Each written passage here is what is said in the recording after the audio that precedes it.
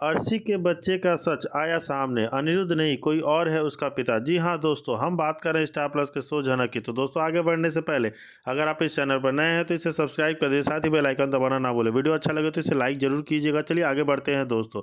Serial झनक की कहानी में बहुत बड़ा ट्विस्ट आने वाला है, जहाँ पर हमें देखने को मिलने वाला है कि एक शख्स बॉस हाउस में पहुँचता है और सभी के सामने बड़ा दावा कर देता है और कह देता है कि अर्शी के पेट में मेरा बच्चा है और मैं अर्शी से बहुत ज़्यादा प्यार करता हूँ। यह सुनकर सभी के घर वालों के होश उड़ जाते हैं और अनिरुद्ध के पैरों तले जमीन खिसक जाती है। जिसके बाद उसे देखकर अर्शी भी बहुत बुरी तरीके से डर जाती है और जब अनिरुद्ध उस शख्स से पूछता है कि तुम यह क्या बोल रहे हो, तो वह अर्शी के साथ अपनी तस्वीरें दिखाकर सभी को बता देता है कि मैं अर्शी से बहुत प्यार करता हूं और अर्शी मेरे बच्चे की मां ही बनने वाली है। यह सुनकर अनिरुद्ध के होश उड़ जाते हैं और सभी के सामने अर्शी के झूठ का खुलासा हो जाता है। लेकिन अर्शी बुरी तरह डर जाती है और अर्शी वहीं पर बेहोश होकर गिर जाती है। तभी अनिरुद्ध भागकर अर्शी को संभालता है और अर्शी को होश आते ही अनिरुद्ध अर्शी से पर बहुत ज़्यादा गुस्सा करता है कि आखिर तुमने यह सब इतना बड़ा सच झूठ क्यों बोला, सबसे यह इतना बड़ा सच क्यों छुपाया। इसके बाद झनक कहने लगती है कि मुझे पता है कि अर्शी दीदी ने झूठ क्यों बोला। यह नहीं चाहती थी कि मैं इस घर में रहूं और मेरी आपसे शादी रोकने के लिए ही अर्शी दीदी ने ये चाल चली। जिसके बाद अब अनिरुद्ध अर्शी को उस शख्स के साथ ही घर से बाहर निकालने वाला है और अनिरुद्ध बड़ा फैसला सुना देता है कि अब मैं झनक से शादी करने वाला हूं और मेरा अर्शी से कोई रिश्ता नहीं है, क्योंकि अर्शी ने पूरे परिवार को सबसे बड़ा धोखा दिया है। तो यह अनिरुद्ध अर्शी को हमेशा के लिए घर से बाहर निकाल देगा, क्योंकि अर्शी कह देती है कि यह शख्स तो झूठ बोल रहा है और मैं तो इसको जानती भी नहीं।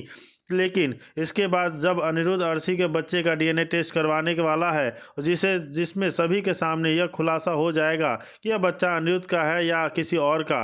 डीएनए टेस्ट की रिपोर्ट आने के बाद अर्शी का खेल खत्म होने वाला है, क्योंकि वह बच्चा अनिरुद्ध का नहीं है। इसलिए अब अनिरुद्ध झनक के साथ फिर से अपनी ज़िंदगी की शुरुआत करेगा और अर्शी को हमेशा के लिए अपनी ज़िंदगी से बाहर निकाल देगा।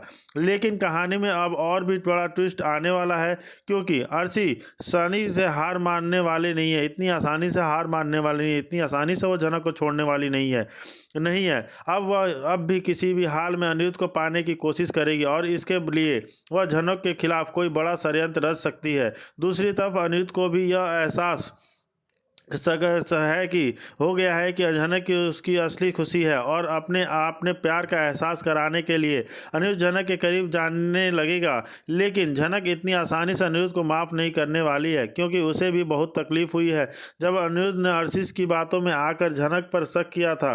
अब देखना होगा कि झनक अनिरुद्ध को माफ़ करेगी या फिर अपनी ज़िंदगी में आगे बढ़कर जाएगी। क्या अर्शी अपनी हार को स्वीकार करेगी या फिर वह झनक से बदला लेने के लिए कोई नया प्लान बनाएगी। और जी हाँ, हो सकता है कि अर्शी बिपाशा तनुजा के साथ मिलकर कोई नया प्लान बनाए झनक को उस घर से निकालने के लिए और अनिरुद्ध की ज़िंदगी में वापस आने के लिए।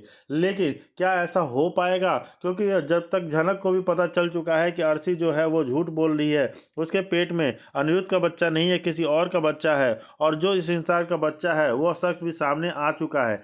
क्या यह सब जानने के बाद अनिरुद्ध उसे अपनाएगा? जी बिल्कुल नहीं, वो तो बिल्कुल उसको घर से बाहर निकाल देने वाला है और झनक से फिर से शादी करके अपनी नई जिंदगी बसाने वाले हैं। दादी माँ झनक को कहेगी कि तुम एक मनहूस लड़की हो, तुम एक पनौती लड़की हो। अब दोस्तों इस तरीके का जब शब्द झनक के लिए इस्तेमाल होगा तो छोटान यहाँ झनक के लिए स्टैंड लेगा और कहेगा कि माँ ऐसी बातें मत कीजिए। झनक मनहूस नई लड़की नहीं है और यहाँ पे अनिरुद्ध भी झनक के लिए स्टैंड लेगा और अपनी दादी माँ को चुप कराएगा।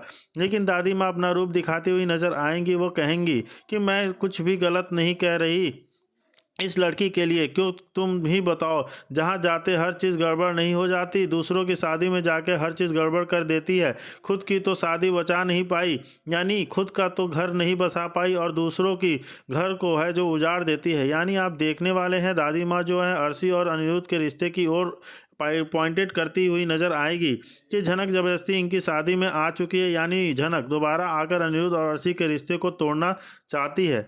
दोस्तों आप समझ चुके हैं कि दादी माँ क्या कहना चाहती हैं। वैसे तो झनक को जब भी कोई बुरा भला कहता है तो झनक तो चुप ही रहती है, लेकिन बाद में वो अपने लिए स्टैंड जरूर लेती है। लेकिन अभी तक उसने कुछ खास करारा जवाब अपनी दादी माँ को नहीं दिया। तो आप देखने वाले हैं दादी माँ को करारा जवाब देने वाली है झनक और वो कहेगी कि किसी के मानने या ना मानने से कोई भी शुभ अशुभ नहीं होता। तब तक अपनी सोच होती है।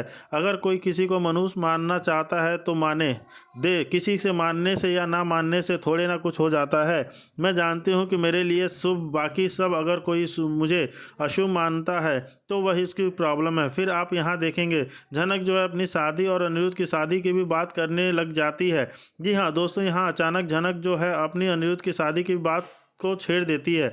वह कहती है कि हम दोनों ने मंदिर में भगवान के सामने अग्नि को साक्षी मानकर 7 फेरे लिए। पूरा जमाना भले ही उस शादी को एक्सेप्ट ना करे, आप लोग ने हमारी शादी तुड़वा दी, लेकिन उस शादी का क्या महत्व था वो है अभी भी जानती हूँ और उसे निभाती रहूँगी। आप लोगों ने मुझसे वो रिश्ता छीन लिया, मेरे पति को छीन लिया, लेकिन मेरे लिए जो भी रिस्पॉन्सिबिलिटी है, जो भी उस चीज़ के मायने हैं, वो मैं अभी भी निभाती रहूँगी। यानी आप यह देखने वाले हैं कि झनक यह कह रही है कि उसकी शादी भले ही टूट गई है, लेकिन वह अनिरुद्ध को कभी भी पति मानती रहेगी, हमेशा मानती रहेगी। आप देखेंगे कि वो अर्शी को पॉइंट आउट करती हुई बोलेगी कि अर्शी दीदी बुरा मत मानिए, आप लोग मुझे जो कुछ भी बोलते हैं ना, अगर वह मैं सच में करने लग गई ना तो आप लोगों का खुद जीना हराम हो जाएगा। अगर मैं किसी के भी रिश्ते में ज़बरदस्ती आती, सब कुछ छीन ना लेती तो आप यहाँ नहीं खड़ी नहीं होती। आज आपकी जगह मैं खड़ी होती। आज मैं इस घर की बहू होती तो मैं हूँ जिसने आपने सब कुछ सेक्रीफाइस कर दिया, सब कुछ बलिदान कर दिया। आप सबकी खुशियों के खातिर मैंने अपनी शादीशुदा ज़िंदगी की भी तोड़ दी। तो बात अलग है कि शादी के टाइम पे हम दोनों को ही रियलाइज़ नहीं था, हम दोनों ने ही इस रिश्ते को एक्सेप्ट नहीं किया, लेकिन बाद में हम दोनों ने इस रिश्ते को एक्सेप्ट किया। आप लोगों ने ज़बरदस्ती हमारा रिश्ता तोड़वाया। यानी अगर छीनने वाली बात कहना हो तो आपने छीना है। चीज़ें मैंने तो हमेशा दिया ही है आप लोगों को कि शादी मैंने करवाई है, वरना अगर मैं चाहती ना तो अपना हक मांग सकती थी। अगर मैंने अपना हक मांगा होता ना तो आज आप यहाँ नहीं खड़ी होती और मुझे ऐसे जबान नहीं लड़ा रही होती। इसलिए जो कुछ भी बोलते हैं सोच समझकर आप सबको बोलना चाहिए। दोस्तों, आप देखने वाले हैं कि झनक जो है फुल ऑन अपना स्टैंड, जिसके बाद यहाँ अर्शी का मुंह बन जाएगा कि इस लड़की की इतनी हिम्मत, मैं आज अनिरुद्ध की पत्नी हूँ, मैं इसके बच्चे की माँ बनने वाली हूँ, लेकिन फिर भी झनक यहाँ अपने और अनिरुद्ध के रिश्ते के बारे में बात कर रही है। मुझसे इस लड़की की इतनी कितनी हिम्मत हो गई है। यहाँ तनुजा विपाशा सब झनक को चुप कराएंगे, लेकिन आप देखने वाले हैं झनक यहाँ चुप नहीं होगी।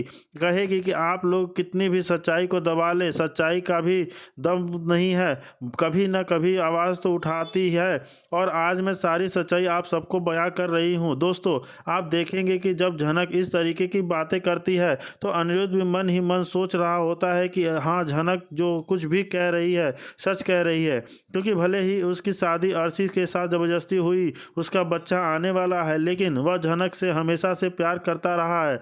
आज भी उसके दिल में झनक की है, उसकी जगह कोई ले नहीं सकता। आप यह भी देखेंगे कि झनक की बेइज्जती यह लोग हमेशा किसी बाहर वाले के सामने करते हैं, तभी इन लोगों को खूब मज़ा आता है झनक की इंसल्ट करने में।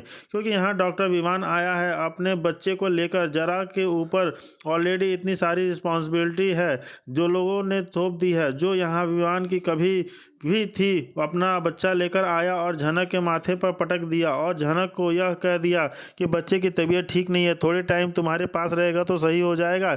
यानी झनक ऐसी इकलौती इंसान है पूरी दुनिया में सबकी प्रॉब्लम को सॉल्व कर सकती है। जी हाँ, इस सीरियल में अकॉर्डिंग ऐसा ही दिखाया जा रहा है कि अगर किसी की भी तबीयत खराब है, किसी को भी ख्याल रखवाना है तो झनक के बेटर कोई नहीं है। हर कोई उठा के झनक के पास ही आ जाता है। विवान खुद इतना बड़ा डॉक्टर है, वह अपने इतने बड़े बड़े लोगों का इलाज करता है, लेकिन अपने बच्चे का इलाज नहीं कर पा रहा है।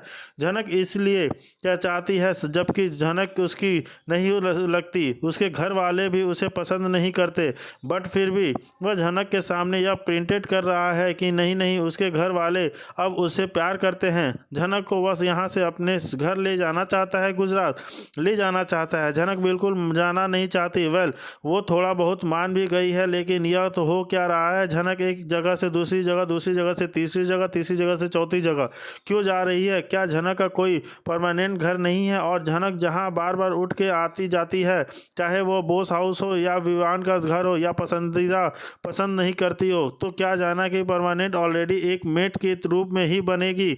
आज यहाँ छोटौन की शादी को सेलिब्रेट किया जा रहा है और आज हल्दी है, जिस मेहंदी से फिर संगीत होगा, तो हर एक फंक्शन में यहाँ झनक की बहुत ज़्यादा बेइज्जती होने वाली है। साथ ही आप देखने वाले हैं क्योंकि हल्दी सेरेमनी चल रही होती है तो यहाँ पे जो अनिरुद्ध के हाथों से गलती से झनक के हाथ पे हल्दी गिरने वाली है, क्योंकि यहाँ पे दर्शकों को थोड़ा रोमांटिक सीन दिखाया जाएगा। जी हाँ, झनक और अनिरुद्ध का थोड़ा रोमांटिक सीन दिखाना तो बनता है, क्योंकि जितने भी फंक्शन होते हैं ना, इन लोगों का रोमांटिक सीन तो हमेशा चलता ही रहता है। तब झनक भी शादी को दिखाया गया था तो अनिरुद्ध के ऊपर हल्दी गिर गई थी झनक के नाम की, और आज यहाँ छोटौन की